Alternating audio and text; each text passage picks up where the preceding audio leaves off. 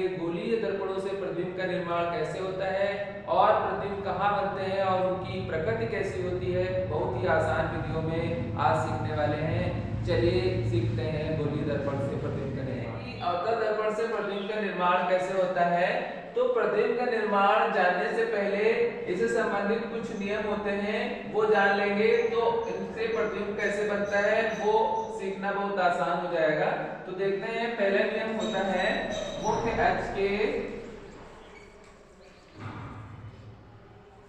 मुख्य अक्ष से समांतर आने वाली प्रकाश किरणें दर्पण से परावर्तन के पश्चात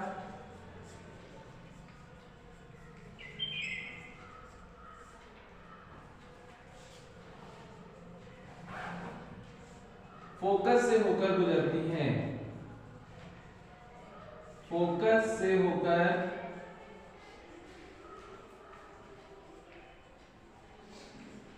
गुजरती हैं। तो देखेंगे एक दर्पण है, ये हमने मान लिया एक अवतल दर्पण है जिसके उभरे हुए भाग में कलाई की गई है, पेंट किया गया है। इसका जो परावर्तक तल का मध्य बिंदु होता है उसे ध्रुव कहते हैं। ध्रुव और वक्रता केंद्र से जाने वाली रेखा को हम मुख्य अक्ष कहते हैं। ये ध्रुव है और ये हमने मान लिया कि वक्रता केंद्र है। तो जैसा हमने बताया कि मुख्य अक्ष के समांतर आने वाली प्रकाश किरणें दर्पण से परावर्तन के पश्चात फोकस से होकर गुजरती हैं। पहला नियम होता है, ये आपको जानना जरूरी है। ये हमने मान लिया कि मुख्य अक्ष है और इसके समांतर आने वाली प्रकाश किरणें, ये हमने एक मान लिया प्रकाश किरण है। तो दर्पण से परावर्तन होगा इसका, तो यहाँ पर जो है फोकस होता है, ये हमने मान लिया कि फोकस है। परावर्तन होगा तो ये फोकस से होकर के ही जाएगी।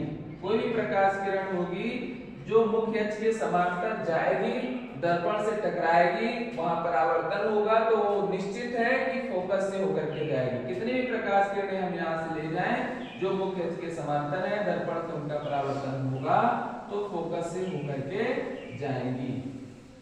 तो ये पहला नियम होता है कि मुख्य अक्ष से समांतर आने वाली प्रकाश किरणें दर्पण से परावर्तन के पश्चात फोकस से होकर गुजरती हैं। ये आपको याद रखना है। दूसरा ये होता है कि फोकस से जाने वाली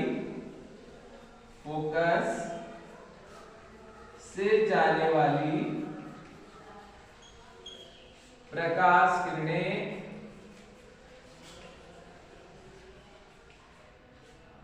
दर्पण से परावर्तन के पश्चात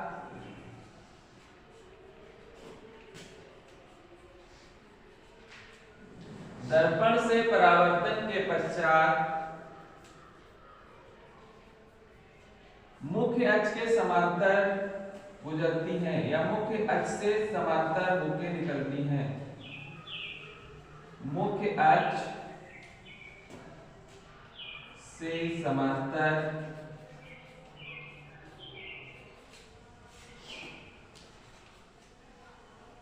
होकर जाती हैं या गुजरती हैं।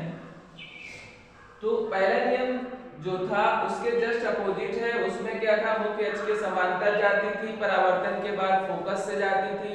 अगर कोई प्रकाश किरण अब फोकस से जाए तो क्या होगा, उसका परावर्तन के बाद वो मुख्य अक्ष के समांतर हो जाएगी। देखेंगे, ये हमने माना एक दर्पण है,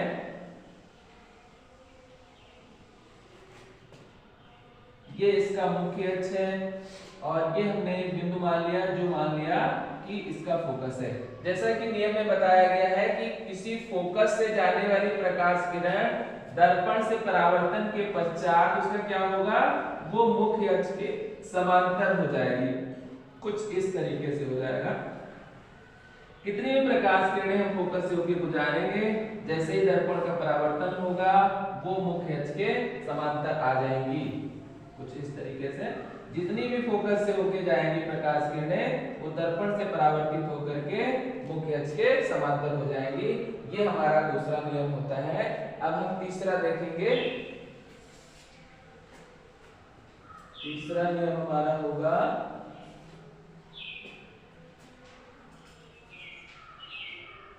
दर्पण के ध्रुव पर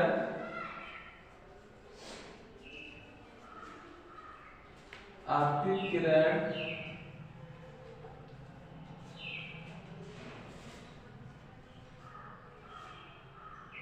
और परावर्तित किरण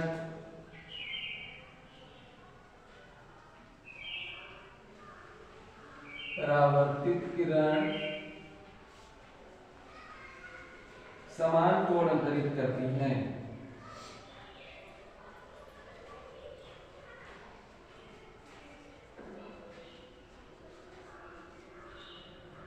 दर्पण के ध्रुव पर जब कोई प्रकाश किरण दर्पण के ध्रुव पर आके टकराएगी तो वो आपतित किरण होगी, और जब उसका परावर्तन होगा उसके तल से तो वो उतने ही कोण के साथ वापस जाएगी। देखेंगे ये हमने माना एक दर्पण है और इसका ये ध्रुव हुआ, ये मुख्य अक्ष है। तो हमने बताया कि जब कोई प्रकाश किरण ध्रुव पर आके टकराएगी तो जितने कोण पे वो आएगी उतने ही कोण से वो वापस चली जाएगी। जैसा कि हमने प्रकाश के परावर्तन में पढ़ा था कि जब कोई प्रकाश किरण किसी चिकने अथवा पारदर्शी तल पर गिरती है तो वह जितने कोण के साथ आती है उतने ही कोण के साथ चली जाती है। प्रकाश के परावर्तन का दूसरा नियम था कि आपतन कोण परावर्तन कोण के सदैव बराबर होता है। तो वही नियम यहाँ पर भी लागू है कि जब कोई प्रकाश किरण किसी ध्रुव पर आके टकराएगी अर्थात ध्रुव पर उसको गिरेगी आगे तो उसका परावर्तन जब होगा तो उतने ही कोण के साथ वो वापस चली जाएगी, अर्थात आपतन कोण परावर्तन कोण बराबर होगा। ये तीसरा नियम होगा। और चौथा होगा आपका जब कोई प्रकाश किरण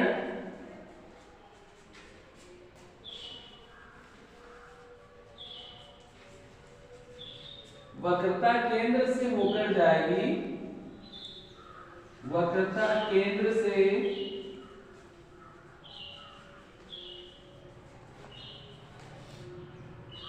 तो दर्पण से परावर्तन के पश्चात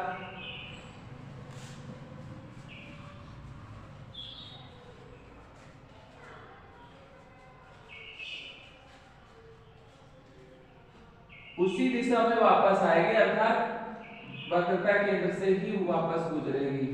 दर्पण से परावर्तन के पश्चात उसी दिशा में वापस आती है, अर्थात वक्रता केंद्र से होकर के फिर से वापस आती है। इसका चित्र हम लोग यहाँ पे देख लेते हैं।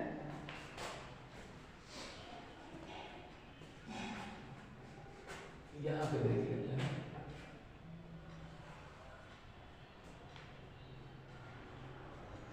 ये एक दर्पण है,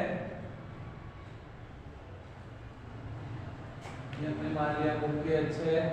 दर्पण का जो केंद्र होता है उसे हम वक्रता केंद्र कहते हैं। तो बात हुई है इसमें कि जब कोई प्रकाश किरण वक्रता केंद्र से होकर जाएगी तो दर्पण से परावर्तन के पश्चात उसी दिशा में वापस आएगी।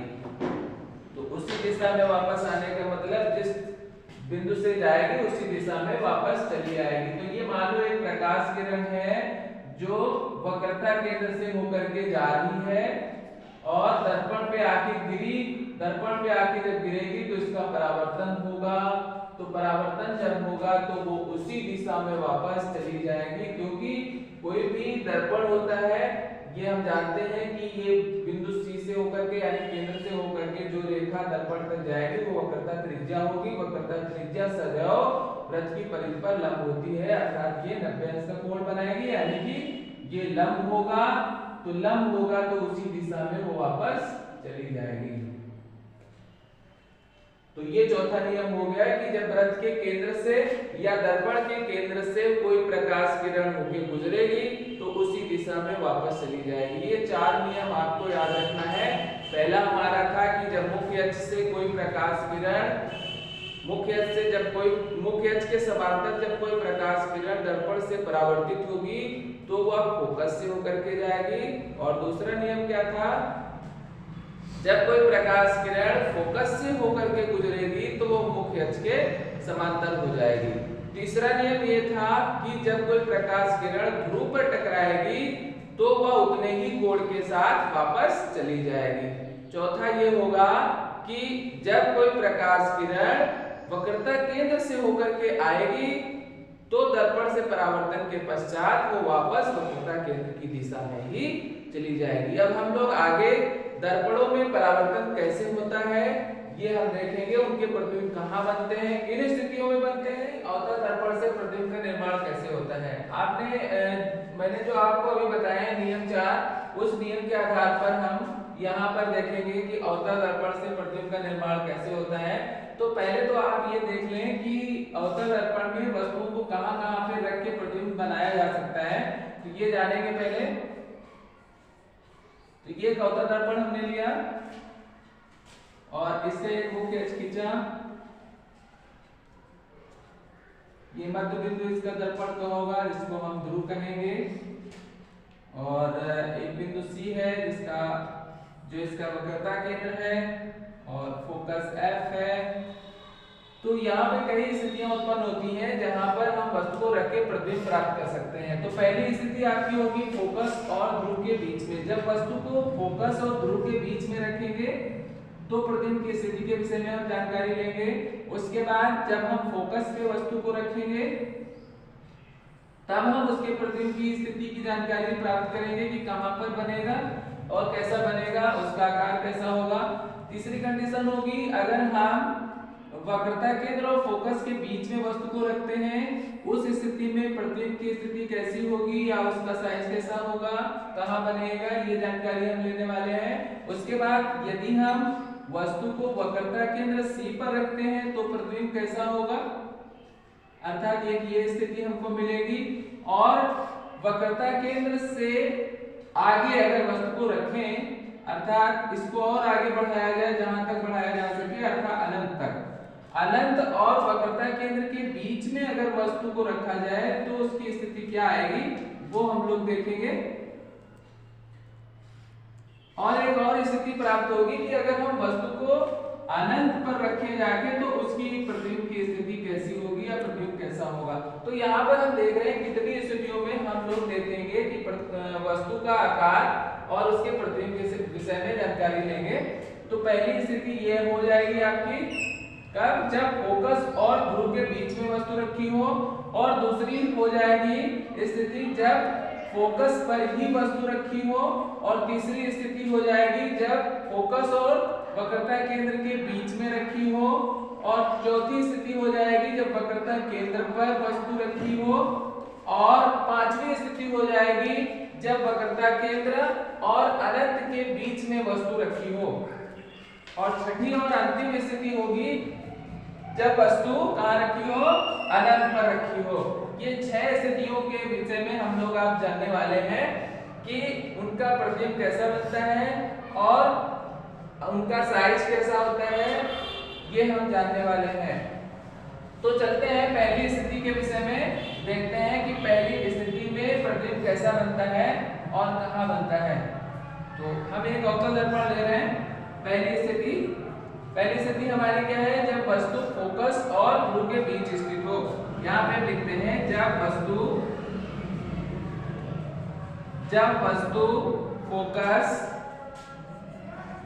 फोकस अर्थात F व ध्रुव P के बीच स्थित हो,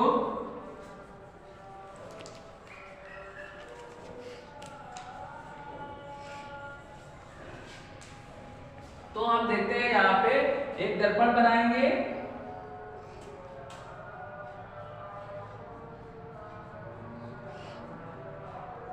परावर्तक तल का मध्य बिंदु P अर्थात ध्रुव ले लेंगे, इससे हम मुख्य अक्ष खींचेंगे, और ये हमने ले लिया फोकस F, और ये इसका हो गया वक्रता केंद्र C।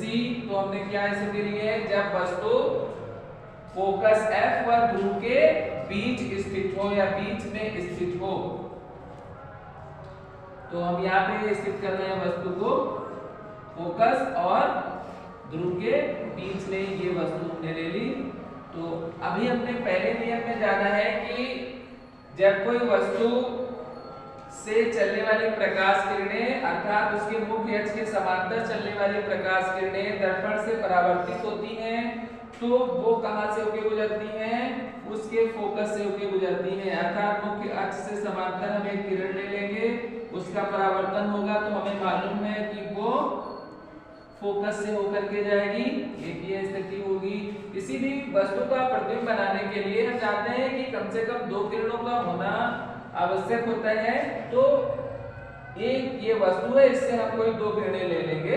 तो पहली किरण हमने ले ली मुख्य अक्ष के समांतर और दूसरी हम किरण ले लेंगे जो उसके ध्रुव पर आपतित होती है, ध्रुव पर गिरती है। तो हम जानते हैं कि जब कोई प्रकाश किरण किसी ध्रुव पर गिरती है तो वो जितना आपतन कोण होता है उतने ही परावर्तन कोण के साथ वो बाहर निकलती है, तो इतने ही कोण के साथ ये बाहर चली जाएगी।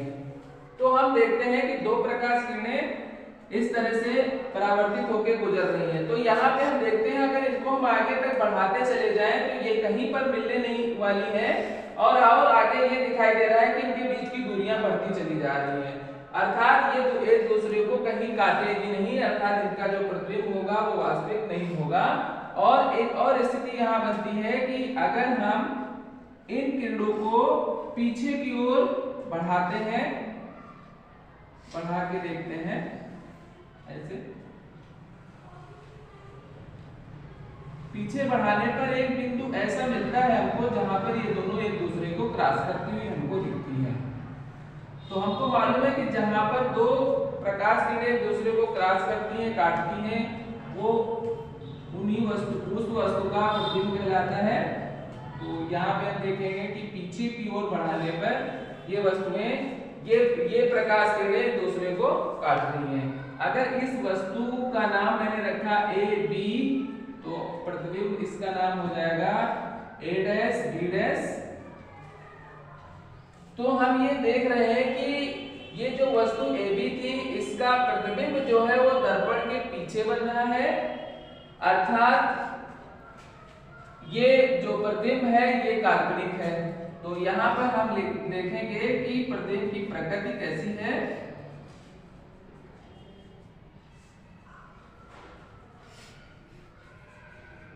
प्रतिबिंब की प्रकृति, तो पहली स्थिति में हम देख रहे हैं कि प्रतिबिंब आभासी या काल्पनिक है।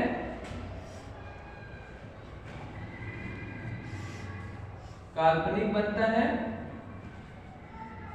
दूसरी स्थिति में हम देखते हैं कैसा बनता है, सीधा बनता है कि उल्टा बनता है। देख रहे हैं कि वस्तु की जो स्थिति है ऊपर की ओर है और प्रतिबिंब की स्थिति भी ऊपर की ही ओर है, अर्थात सीधा बनता है। वस्तु का प्रतिबिंब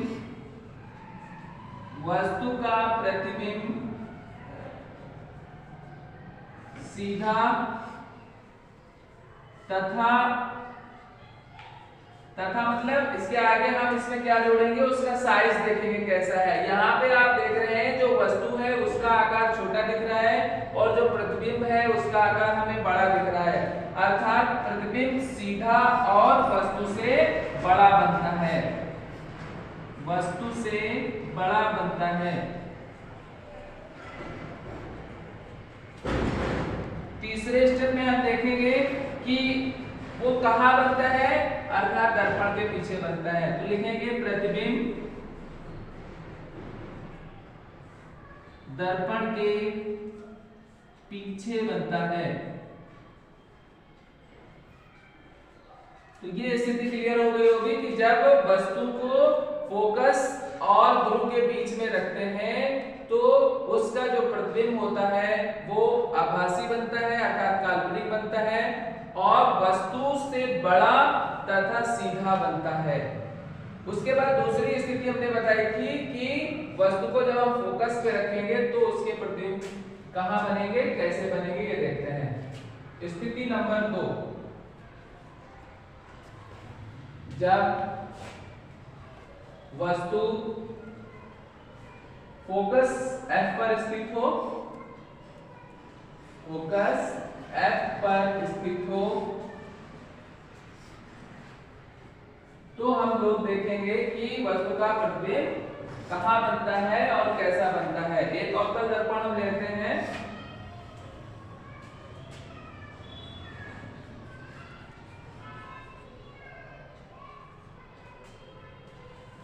उसका मुख्य अक्ष खींचेंगे, ध्रुव, ये हो गया फोकस, ये हो गया इसका वक्रता केंद्र C। तो हमने क्या लिखा है कि जब वस्तु फोकस पर स्थित हो, तो फोकस पर हम एक वस्तु को स्थित करेंगे, इसका नाम हमने रख लिया AB, एक वस्तु है जो फोकस पर स्थित है। तो अब हम प्रकाश के जो परावर्तन के नियम है उसके आधार पर हम इसका प्रतिबिंब बनाएंगे। अभी हमने नियम बताए हैं कि अगर किसी वस्तु से प्रकाश किरण चल रही है, अगर वो मुख्य अक्ष के समांतर है, तो उसका जब परावर्तन होगा दर्पण से तो वो फोकस से होकर के जाएगी। तो एक तो ये बात हो जाएगी, फोकस से होकर के जाएगी। और दूसरी हमने स्थिति यहाँ बताई है कि अगर कोई वस्तु फोकस से होकर गुजरती है तो वो परावर्तित होकर के मुख्य अक्ष के समांतर हो जाती है। तो ये हम पहला ले लेते हैं, मुख्य अक्ष के समांतर है तो ये फोकस से होकर के जाएगी, इस तरीके से फोकस से होकर जा रही है। एक और हम प्रकाश किरण यहाँ पे लेंगे जो ध्रुव से होकर के गुजारेंगे, कि आपकी किरण जितने कोण के साथ आएगी उतने ही कोण के साथ चली जाएगी।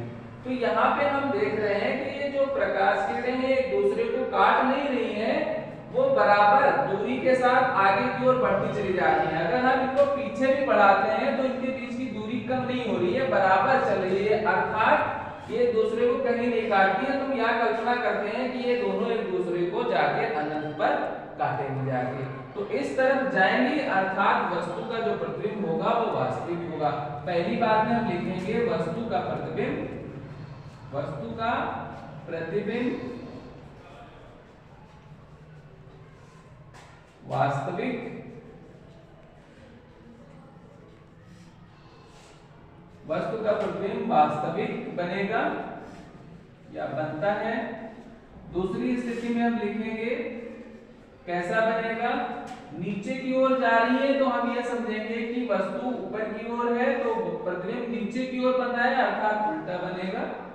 वस्तु का प्रतिबिंब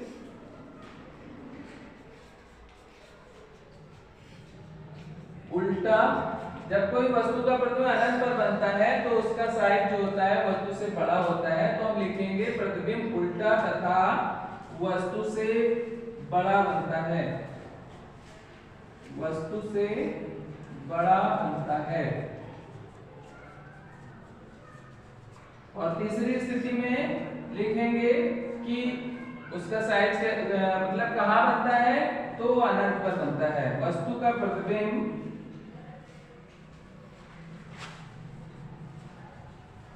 अनंत पर बनता है।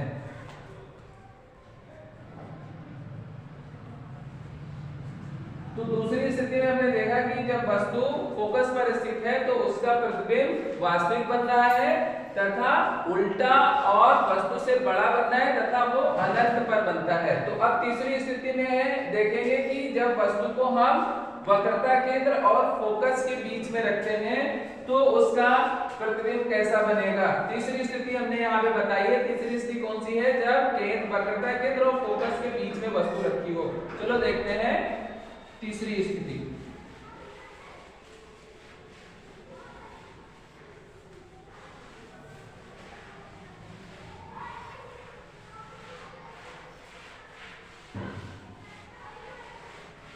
तो तीसरी स्थिति हमारी क्या है, जब वस्तु वक्रता केंद्र C, वक्रता केंद्र C व फोकस F के बीच स्थित हो, के बीच स्थित हो या बीच में स्थित है।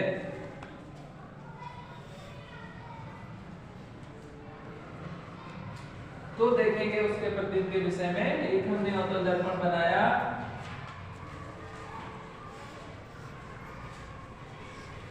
ये इसका ध्रुव, ये मुख्य मुख्य अक्ष खींचा गया, ये P हो गया ध्रुव, ये हो गया फोकस F, ये हो गया वक्रता केंद्र C। तो हमने बताया जब वक्रता केंद्र और फोकस के बीच में हम वस्तु को रखते हैं तो प्रतिबिंब कैसा बनेगा देखते हैं। ये हमने एक वस्तु ले ली जिसका नाम हमने रख लिया AB। उन्हीं नियमों के आधार पर इसका भी हम प्रतिबिंब बनाएंगे। अब हमने माना कि यहाँ से कोई एक प्रकाश किरण जा रही है जो मुख्य अक्ष के समांतर है। ये मुख्य अक्ष के समांतर एक प्रकाश किरण लेके गए, तो जो मुख्य अक्ष के समांतर प्रकाश किरण जाती है उसका जब परावर्तन होता है तो वो फोकस से होके जाती है। तो ये फोकस से होके हम गुजारेंगे। उसके बाद एक दूसरी प्रकाश किरण हम लेते हैं जो कहीं पर भी लेके जा सकते हैं। आप ध्रुव से लेके आ सकते हैं या आप फोकस से लेके जाएं। जब ध्रुव से जाएगी जितने कोण से जाएगी उतने कोण से वापस आएगी। अगर हम फोकस से लेके जाते हैं तो जब फोकस से कोई प्रकाश किरण गुजरती है तो जब उसका परावर्तन होता है तो मुख्य अक्ष के समांतर हो जाती है। तो हम फोकस से लेके जा रहे हैं, ये प्रकाश किरण फोकस से होके गई तो क्या होगा इसका, जैसे ही फोकस से जाएगी तो जब उसका परावर्तन होगा तो वो मुख्य अक्ष के समांतर हो जाएगी। तो हम यहाँ पे देख रहे हैं ये दोनों किरणें एक दूसरे को यहाँ पे काट रही हैं, अर्थात काट रही है, अर्थात जो प्रतिबिंब बनेगा वो वास्तविक बनेगा क्योंकि ये वास्तव में काट रही हैं। तो ये हमने मान लिया कि ये प्रतिबिंब इनका बना, इसका नाम मैंने लिखा A डैश B डैश। तो वो देख रहे हैं कि प्रतिबिंब कहाँ बन रहा है, वक्रता केंद्र के आगे बन रहा है, अर्थात और इसको अगर आगे बढ़ाया जाए तो कोई ऐसा बिंदु नहीं है, अर्थात अनंत और वक्रता केंद्र के बीच में बनता है।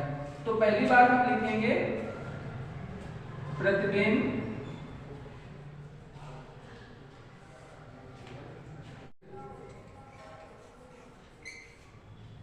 बनता है। दूसरी स्थिति में हम देखते हैं कि प्रतिबिंब उल्टा बनता है कि सीधा बनता है। तो यहाँ हम देख रहे हैं कि वस्तु जो है उसका दिशा जो है ऊपर की ओर है, जबकि प्रतिबिंब जो है उसकी दिशा नीचे की ओर है, अर्थात प्रतिबिंब जो है वो उल्टा बनता है। प्रतिबिंब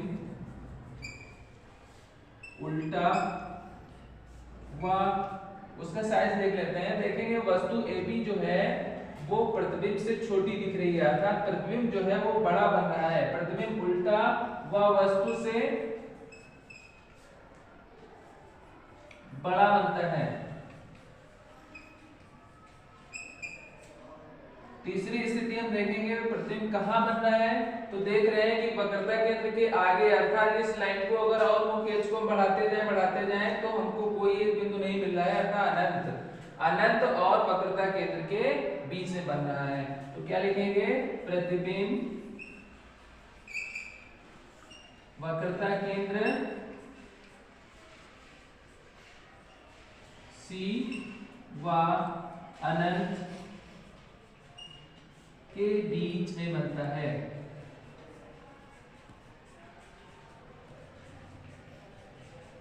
हमने यहाँ पे देखा कि जब वस्तु वक्रता केंद्र C और फोकस के बीच में स्थित है, अर्थात F व C के बीच में स्थित है, तो उस वस्तु का प्रतिबिंब वास्तविक बनता है और उल्टा बनता है तथा वस्तु से बड़ा और वक्रता केंद्र और अनंत के बीच में बनता है। अब हम लोग चौथी स्थिति पे चलेंगे। तो चौथी स्थिति हमने कौन सी ली थी, जब वस्तु कहाँ रखी हो, वक्रता केंद्र पर रखी हो या स्थित हो। तो चौथी स्थिति के लिए चलते हैं।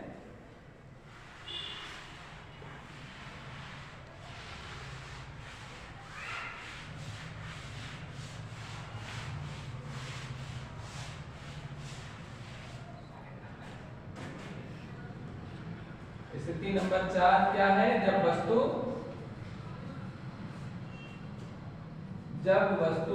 वक्रता केंद्र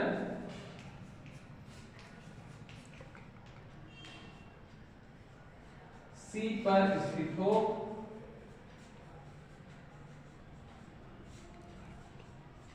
तो उसकी प्रतिबिंब की स्थिति देखेंगे। एक हम अवतल दर्पण बनाते हैं।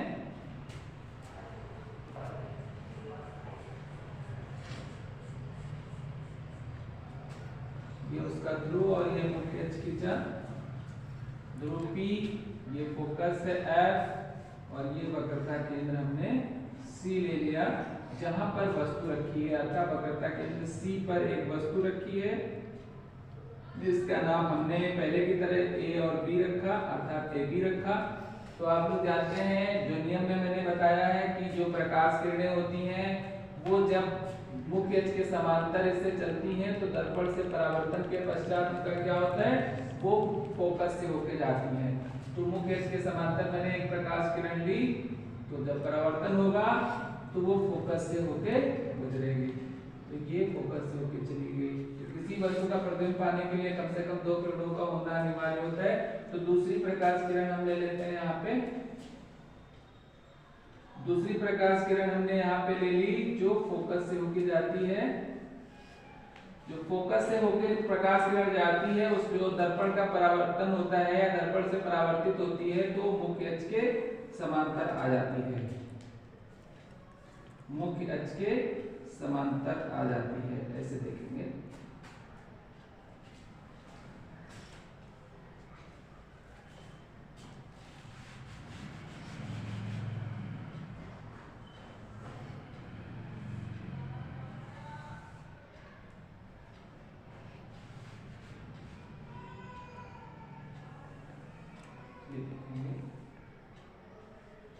ये दोनों काट रही हैं, थोड़ा आगे पीछे हो गया है।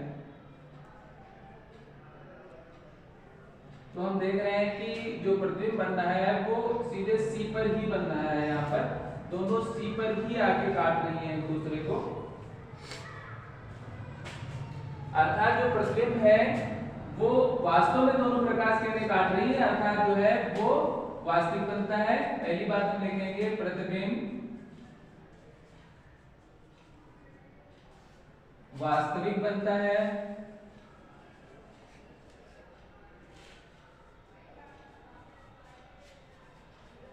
और दूसरी बात क्या होगी कि बस प्रतिबिंब कैसा बनता है, उल्टा बनता है कि सीधा बनता है। हम देख रहे हैं कि वस्तु ऊपर की ओर है और प्रतिबिंब किधर है, नीचे की ओर है, अर्थात प्रतिबिंब उल्टा बनता है। तो दूसरी स्थिति में हम लिखेंगे प्रतिबिंब उल्टा। और साथ में साइज देख लेते हैं। देखो जितनी बड़ी हमको वस्तु दिख रही है उतना ही बड़ा प्रतिबिंब दिख रहा है। तो प्रतिबिंब का नाम हम लोग लिख लेते हैं A डैश B डैश, अर्थात जो वस्तु है वो प्रतिबिंब है दोनों बराबर साइज के हैं, अर्थात प्रतिबिंब उल्टा व बराबर बनता है या वस्तु के बराबर बनता है, वस्तु के बराबर बनता है।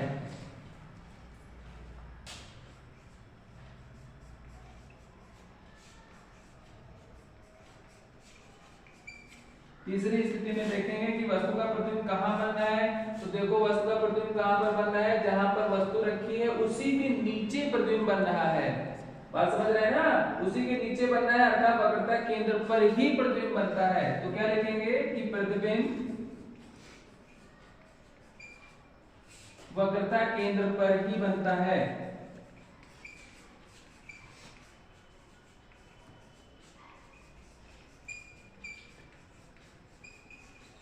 तो हमने देखा है कि जब वस्तु को वक्रता केंद्र C पर रखा जाता है तो उसका प्रतिबिंब वास्तविक उल्टा व वस्तु के बराबर तथा वक्रता केंद्र पर ही बनता है। अब हम लोग अगली स्थिति पे चलेंगे, देखेंगे अगली स्थिति हमारी क्या थी कि जब वस्तु को वक्रता केंद्र C और अनंत, इसको हम क्या मान के चल रहे हैं, अनंत, अनंत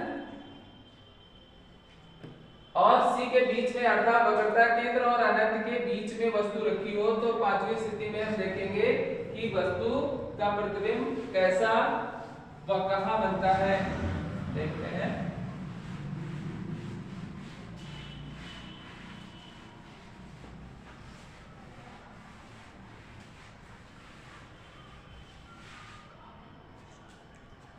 पांचवी स्थिति हमारी है जब वस्तु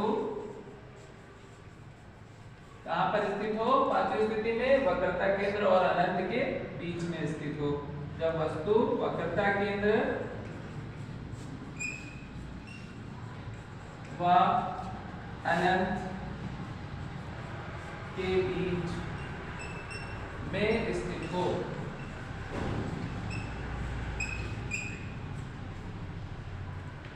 देखते हैं एक दर्पण हमने बनाया, कौन सा? अवतल दर्पण। ये इसका ध्रुव है, परावर्तक तल का मध्य बिंदु P, मुख्य अक्ष खींचा, ये वक्रता केंद्र C और ये फोकस F, और ये हमने मान लिया अनंत इस तरफ बहुत दूर तक, और हमने वस्तु को कहाँ रखना है? अनंत और वक्रता केंद्र के बीच में, अर्थात वक्रता केंद्र C के आगे कहीं पर भी वस्तु को रख लेंगे। यहाँ पे रख लिया। तो हम जानते हैं कि कोई वस्तु होती है उससे चारों तरफ प्रकाश किरणें निकलती रहती हैं, तो उनमें से कोई दो प्रकाश किरणें हमें चुननी होती हैं। तो एक प्रकाश किरण मैंने चुनी इसकी, और इस वस्तु का नाम पहले रख लेते हैं AB। और यहाँ से एक प्रकाश किरण मैंने क्या कर ली? कौन सी वाली ले ली? जो मुख्य अक्ष के समांतर है, ये प्रकाश किरण हमने ले ली। तो पहला नियम हम जानते हैं कि जो प्रकाश किरण मुख्य अक्ष के समांतर चलती है वो दर्पण से परावर्तित होकर के फोकस से होके जाती है। ये फोकस से होके लेके जाएंगे इसको, दर्पण से परावर्तन होगा, कहाँ से जाएगी? फोकस से होके जाएगी। उसके बाद दूसरी प्रकाश किरण हम लेते जाते हैं। चलो वक्रता केंद्र से इस वाली को हम लेके चलते हैं। एक प्रकाश किरण ऐसी लेते हैं जो वक्रता केंद्र से होके जाती है। हमने परावर्तन के नियम में पढ़ा है कि वह प्रकाश किरण जो वक्रता केंद्र से होके जाती है वो उसी दिशा में, अर्थात वक्रता केंद्र की दिशा में ही वापस चली जाती है, अर्थात उसी दिशा में वापस लौटती है, उसी दिशा में वापस चली जाएगी। तो दोनों जिस बिंदु पर एक दूसरे को काटती हैं वो हम जानते हैं कि प्रतिबिंब होता है। दोनों कहाँ पे काट रही? इस बिंदु पे काट रही। इसका नाम मैंने B' रखा, और इसको मैंने मुख्य से मिलाया, उसका नाम मैंने A रखा, अर्थात A', B' एक वस्तु का प्रतिबिंब हो गया। तो देखोगे यहाँ पे कि प्रतिबिंब कैसा बनना है? वास्तविक बनना है, काल्पनिक बनना है। पहली स्थिति में हम यही लिखते हैं। तो पहली स्थिति में हम देख रहे हैं कि वास्तव में दोनों प्रकाश किरणें एक दूसरे को काट रही है, अर्थात प्रतिबिंब जो है वो कैसा बनना है? वास्तविक बनना है। तो लिखेंगे प्रतिबिंब वास्तविक बनता है।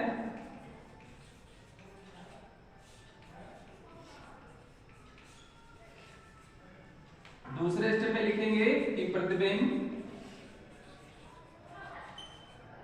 पहचान चुके होंगे कि उल्टा बनाए, सीधा सीधा सब दिख रहा है आपको, उल्टा बनाए, प्रतिबिंब उल्टा। साइज देख रहे हैं, वस्तु बड़ी दिख रही है, प्रतिबिंब छोटा दिख रहा है, अर्थात वस्तु से छोटा। प्रतिबिंब उल्टा व वस्तु से छोटा बनता है। तीसरे स्टेप में हम लोग देखते हैं कि कहां बनता है। देखो साफ साफ दिख रहा है, कहां बनना है? C और F के बीच में बनना है, अर्थात प्रतिबिंब जो है वो वक्रता केंद्र C और फोकस F के बीच में बनता है। तो तीसरे में हम लिखेंगे प्रतिबिंब मतलब वस्तु का प्रतिबिंब वक्रता केंद्र C व फोकस F के बीच में बनता है। तो हमने देखा पांचवें स्टेप में या पांचवी स्थिति में कि जब वस्तु को वक्रता केंद्र और अनंत के बीच में रखते हैं तो प्रतिबिंब वास्तविक बनता है और उल्टा बनता है तथा वस्तु से छोटा बनता है। और कहां बनता है बच्चों? वो वक्रता केंद्र और फोकस के बीच में बनता है। तो अब हम लास्ट स्थिति में देखते हैं कि जब वस्तु को अनंत पे रखा जाता है तो उसका प्रतिबिंब कैसा बनता है और कहां बनता है। चलो देखते हैं।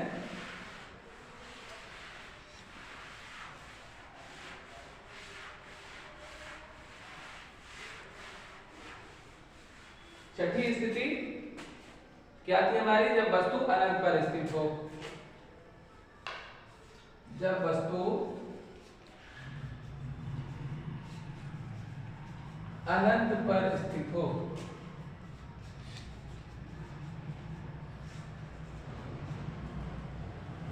देखेंगे दर्पण बनाते हैं, कौन सा? अवतल दर्पण, क्योंकि हम लोग अवतल दर्पण से प्रतिबिंब का निर्माण देख रहे हैं कैसे हो रहा है, कहां पर हो रहा है। ये हमने एक ध्रुव ले लिया इसका, परावर्तक तल का मध्य बिंदु, ये हो गया फोकस F और ये हो गया इसका वक्रता केंद्र C। वस्तु हमने मान ली अनंत पर रखी हुई है, यहाँ पे कोई वो दिखाई नहीं दे रही है, उससे प्रकाश की किरणें मुख्य अक्ष के समांतर आ रही है, ये हमने मान के चले।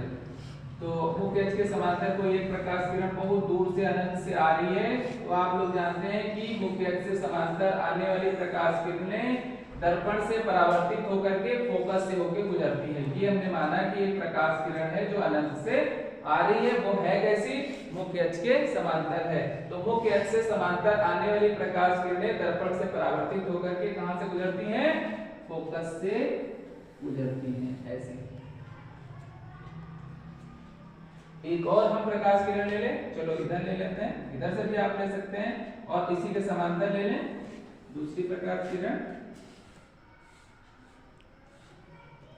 ये भी मुख्य अक्ष के समांतर है, तो इसका भी वही हाल होगा जो ऊपर में लिखा हुआ है। क्या होगा, दर्पण से जब इसका परावर्तन होगा तो कहां से होके जाएगी, फोकस से होके जाएगी। कहां से जाएगी, फोकस से जाएगी। तो आपको दिख रहा होगा कि दोनों कहां पे काट रही हैं। हम जानते हैं जिस बिंदु पर दोनों प्रकाश किरणें एक दूसरे को काटती हैं वही उस वस्तु का प्रतिबिंब होता है। तो इस स्थिति के विषय में हम लिखते हैं कि प्रतिबिंब कैसा बनना है। पहली बात में हम लिखेंगे प्रतिबिंब, जब हम देखते हैं कि वास्तव में दोनों काट रही है तो प्रतिबिंब कैसा बनता है, वास्तविक बनता है। तो यहाँ पे वास्तव में एक दूसरे को काट रही है, कहां पे काट रही है, फोकस पे काट रही है, तो हम लिखेंगे प्रतिबिंब वास्तविक, वास्तविक बनता है। कैसा बनता है बच्चों, देखो ये वस्तु जो अनंत पर होगी वो बहुत बड़ी होगी, और यहाँ पर प्रतिबिंब जो हो रहा है देखो बन रहा है जो मुख्य अक्ष को एकदम बिंदु के टाइप में काट रहा है, यानी कि बिंदुवत बनता है, बहुत छोटा बनता है।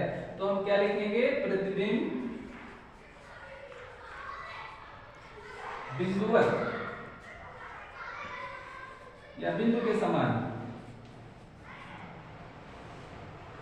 क्योंकि यहाँ पर उल्टा सीधा हमें नहीं पता चल रहा है कि कैसा बनना है, तो हम लिखेंगे बिंदुवत बनता है, बिंदुवत, बिंदुवत बनता है, अर्थात वस्तु से बहुत छोटा बनता है, अर्थात वस्तु से बहुत छोटा बनता है।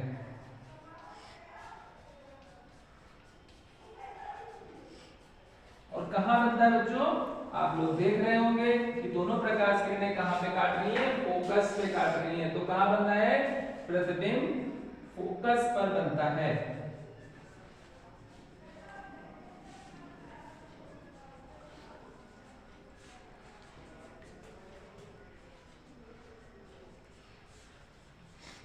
तो हमने देखा कि जब वस्तु अनंत पर स्थित होगी तो उसका प्रतिबिंब कैसा बनेगा, पहली बात तो वास्तविक बनेगा और बहुत ही छोटा अर्थात बिंदुवत बनेगा, और कहां पर बनेगा, फोकस पे बनेगा।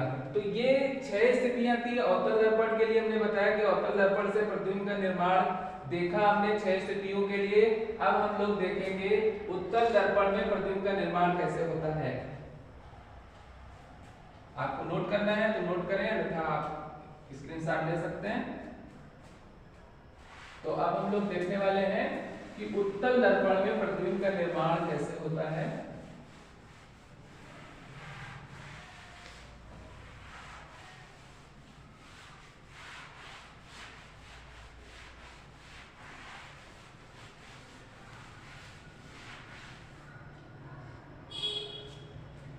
यहीं पे देख लेंगे, उत्तल दर्पण से प्रतिबिंब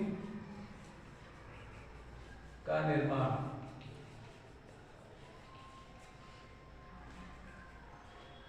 उत्तल दर्पण जानते हैं आप लोग, हाँ, उत्तल दर्पण वो दर्पण होता है जिसके दबे हुए पार्ट में पेंट किया गया होता है, अर्थात दबे हुए हिस्से में। उत्तल दर्पण आप देख रहे थे, उसमें हम उभरे हुए पार्ट में उसकी कलई कर रहे थे, पेंट कर रहे थे, लेकिन और उत्तल दर्पण जो होता है उसके दबे हुए हिस्से में क्या होता है, पेंट होता है। तो परावर्तक तल का जो मध्य बिंदु होता है वो ध्रुव होता है, ये ध्रुव हो गया, और जिस खोखले गोले से ये काटा गया है उसका जो केंद्र है वो वक्रता केंद्र हो गया इस तरीके से, और ये बिंदु हमने बीच में ले लिया, ये इसका फोकस F हो गया, ये C हो गया, ये P हो गया ध्रुव। और परावर्तक तल जब इधर है तो वस्तु को भी हम इधर ही रखेंगे। जैसे अभी हमने देखा कि अवतल दर्पण में कई स्थितियां बन रही थी, यहाँ पर जो है वस्तु की कोई एक ही स्थिति बन सकती है, क्योंकि वस्तु को हम कहीं पर भी रखें, क्योंकि यहाँ पर कोई निश्चित पॉइंट नहीं है। अवतल दर्पण में क्या था, ध्रुव भी था, फोकस भी था, वक्रता केंद्र भी था, तो हर एक जगह पे हमने वस्तु को देख देख करके उसके प्रतिबिंबों की जानकारी ली। लेकिन जो उत्तल दर्पण है, यहाँ पर कोई बिंदु है नहीं, तो आप कहीं भी कोई वस्तु रखेंगे तो वैसा ही प्रतिबिंब हर बार बनेगा। तो हम चलो मान के चलते हैं कि वस्तु यहाँ पे रखी हुई है, एक स्थिति हमने ले ली, जो वस्तु है उसका नाम हमने AB रखा और इस तरीके से हम बना लिए। उसके बाद मुख्य अक्ष के समांतर, इससे कोई प्रकाश किरण एक हमने ले ली जो इससे मुख्य अक्ष के समांतर जा रही है। तो दर्पण से जब परावर्तन हुआ तो क्या हुआ, इसका इस तरफ वो चली गई। एक दूसरी प्रकाश किरण हमने ली जो इसके ध्रुव पर आके गिरती है। तो जो ध्रुव पे प्रकाश किरण गिरती है, हमने दर्पण के परावर्तन के नियम में आपको बताया है कि जो प्रकाश किरण ध्रुव पर गिरती है तो जितने कोण से गिरती है उतने कोण से बाहर निकल जाती है। तो ये उतने ही कोण से बाहर हमने उसको ले लिया, इस तरफ चली गई। तो हम देख रहे हैं कि दो प्रकाश किरणें हमने ली थी जिनका दोनों का परावर्तन हुआ दर्पण पे, लेकिन दोनों को हम अगर बढ़ाते जाएं तो ये दूसरे को कहीं एक दूसरे को काटती नहीं, अर्थात एक दूसरे को कहीं इस तरफ काट ही नहीं रही है। तो अब हम लोग क्या करेंगे, कल्पना करेंगे क्या पीछे बढ़ाएंगे, क्या ये दोनों कहीं पीछे भी काट सकती हैं। तो यहाँ पे हम देखते हैं, ऐसे इसको पीछे बढ़ा दिया, सीधा आप बढ़ाएंगे पट्टी रख के, इसको भी हमने पीछे ऐसे बढ़ाया। तो देखो ये पॉइंट आपको मिला जहां पर ये दोनों एक दूसरे को काट रही हैं। तो यही कल्पना है, पीछे हमने कल्पना की है, पीछे बढ़ाया तो एक दूसरे को एक बिंदु मिला, वहां पे दोनों को काट रही है, इसका नाम मैंने रखा A' B'। तो पहली बात हम यहाँ पर देख रहे हैं कि प्रतिबिंब जो बन रहा है वो कैसा बन रहा है। मैंने क्या वास्तव में देखा कि दोनों प्रकाश किरणें काट रही हैं? नहीं काट रही हैं, अर्थात हमने कल्पना की है कि ये पीछे अगर हम बढ़ाएं तो ये दोनों एक दूसरे को यहाँ पे काटेंगे, अर्थात जो प्रतिबिंब है वो काल्पनिक बन रहा है। तो यहाँ हम देखते हैं कि उत्तल दर्पण में जो प्रतिबिंब बनता है वो कैसा बनता है, काल्पनिक। तो पहले स्टेप में हम लिखते हैं प्रतिबिंब जो होगा काल्पनिक बनता है। और दूसरा हम लिखेंगे कैसा बनना है, उल्टा बनना है कि सीधा बनना है। जो देख रहे हो वस्तु भी इस दिशा में है और प्रतिबिंब भी इसी दिशा में है, अर्थात सीधा बनना है। तो प्रतिबिंब कैसा बनना है, प्रतिबिंब सीधा तथा साइज देखो बच्चों, AB का साइज आप देख रहे हैं, ये वस्तु है और ये A' B' आपका प्रतिबिंब है। तो यहाँ पर हम देख रहे हैं कि वस्तु जो है हमें बड़ी दिख रही है और प्रतिबिंब उसका जो है वो छोटा दिख रहा है, अर्थात जो साइज है प्रतिबिंब का वो वस्तु से छोटा है। प्रतिबिंब सीधा व वस्तु से छोटा बनता है। तीसरे पार्ट में देखेंगे, तीसरी स्थिति में देखेंगे कि प्रतिबिंब कहां पर बन रहा है। तो आपको साफ दिख रहा है कि ये ध्रुव है, ये फोकस है, तो हम देख रहे हैं कि ध्रुव और फोकस के बीच बनता है। तो लिखेंगे प्रतिबिंब किसका प्रतिबिंब है, वस्तु AB का प्रतिबिंब है। प्रतिबिंब ध्रुव व फोकस के बीच में बनता है। तो हमने देखा कि उत्तल दर्पण में प्रतिबिंब की स्थिति सिर्फ एक ही स्थिति से दिखाई जा सकती है, जैसा कि उत्तल दर्पण में हमने देखा कई स्थितियां उत्पन्न हो रही थी। यहाँ उत्तल दर्पण में सिर्फ एक ही स्थिति के द्वारा उसके प्रतिबिंब के प्रकार या कैसा बनता है, वह सीधा बनता है, उल्टा बनता है, ये हम जानकारी प्राप्त कर लेते हैं। और ये था आपका उत्तल दर्पण और अवतल दर्पण द्वारा प्रतिबिंब का निर्माण कैसे होता है। आपको अच्छा लगा होगा तो आप इसको जरूर लाइक करेंगे, हम आशा करते हैं। धन्यवाद।